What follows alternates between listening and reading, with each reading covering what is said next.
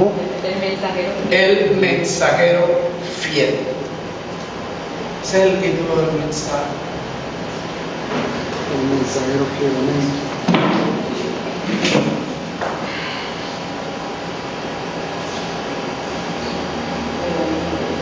Cuando hablamos de mensajero,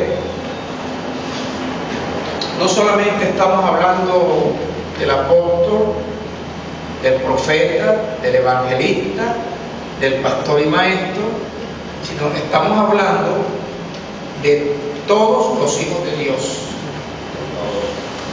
Así es.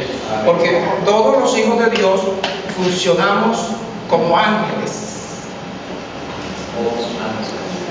La palabra ángeles en el griego, ángelo, es mensajero. Significa que tú y yo debemos convertirnos en mensajeros de Dios. Mensajeros que tenemos la tarea de hacer discípulos. Cuando hablamos de hacer discípulos, no estamos hablando de que voy y le prediqué y él verá si entendió o no entendió. Estamos hablando de tratarlo como a un alumno, como un profesor trata a un alumno. Que el profesor, que es buen profesor, se esmera en ayudar al estudiante para que el estudiante aprenda y entienda. Así es. Que no se esté ganando el salario solamente por dictar la clase, porque ya no sería hallado un maestro fiel, un maestro digno de enseñarle a unos niños o a cualquier estudiante, cualquiera que sea su edad. Lo mismo sucede en el Evangelio. Nosotros, ustedes y yo, debemos ser fieles cuando hablemos, cuando prediquemos y cuando discipulemos. ¿En qué consiste la fidelidad? En no tergiversar el mensaje, sino que el mensaje hay que darlo tal cual como nos lo dio el que nos encargó la misión. No torcer lo que nos dijeron, porque tan pronto un individuo tergiversa, tuerce el mensaje, cambia la razón para lo cual enviaron el mensaje con el mensajero. Ese es el cuidado que he aprendido a tener yo con ustedes y con cualquier persona a quien yo le esté predicando.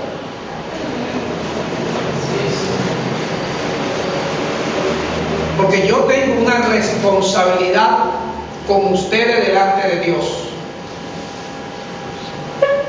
Y yo tengo una responsabilidad con Dios con respecto a ustedes. Y yo tengo una responsabilidad delante de Dios para conmigo y con mi familia. Así es. Eso se llama temor de Dios.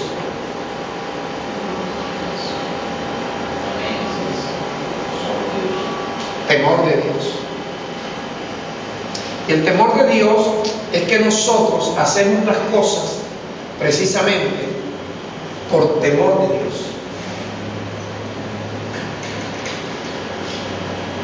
Nosotros bendecimos a los que nos maldicen, aunque quizás ellos no merezcan que los bendigamos.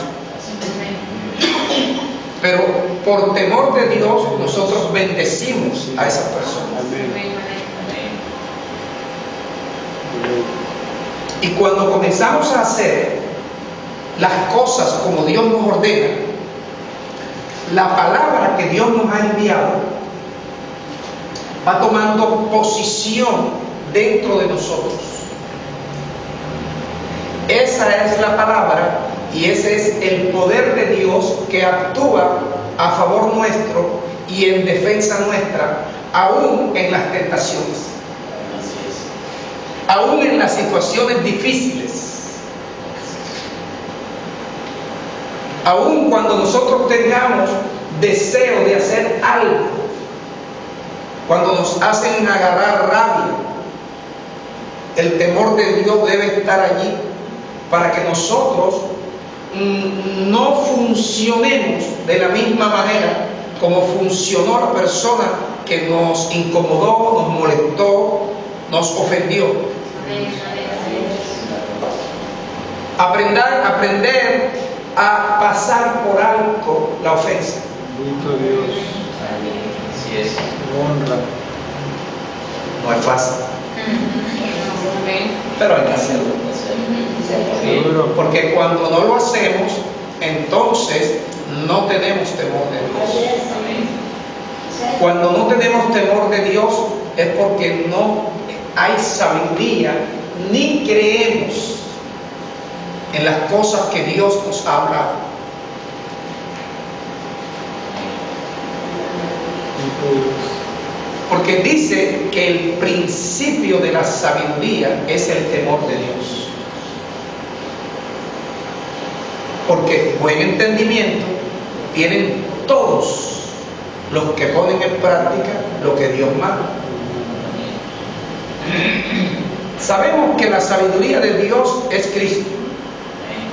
Amén. Y la sabiduría nuestra es poner en práctica lo que Dios dice, para que Cristo, la sabiduría de Dios, comience a entrar en nosotros y nosotros algún día podamos decir: mi sabiduría es Cristo. Amén. Así es. Porque cuando ya nosotros nos hemos ocupado de guardar a Cristo por medio del Evangelio o mediante la obediencia al Evangelio, Cristo comienza a habitar y a formarse en la plenitud de la deidad.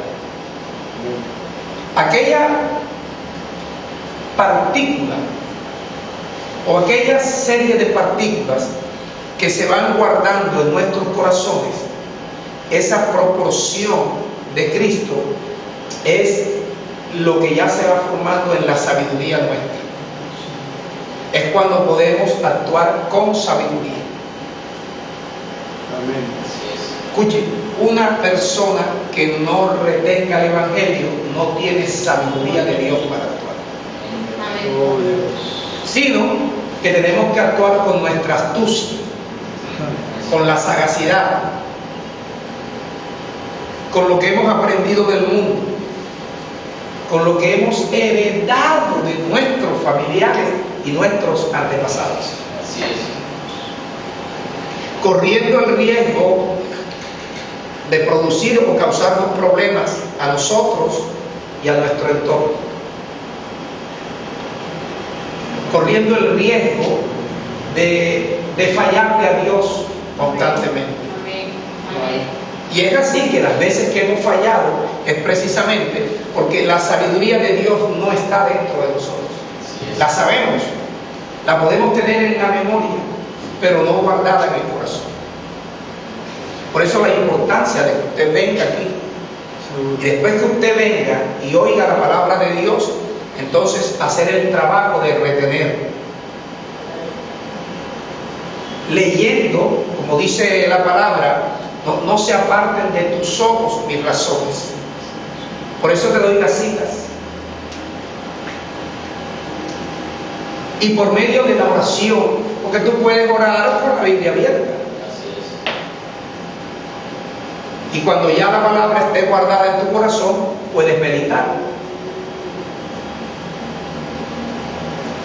El proceso continúa cuando compartimos con los hermanos, cuando tenemos comunión con los hermanos. Cuando usted quiera tener comunión conmigo, siempre tenga una palabra de parte de Dios para mí, o pregúnteme qué palabra tengo de parte de Dios para usted. Amén. Porque eso es lo interesante de que usted tenga comunión conmigo, incluso con Dios y con sus hermanos. Porque es la oportunidad de utilizar lo que Dios nos está hablando para poder retenerlo. Amén.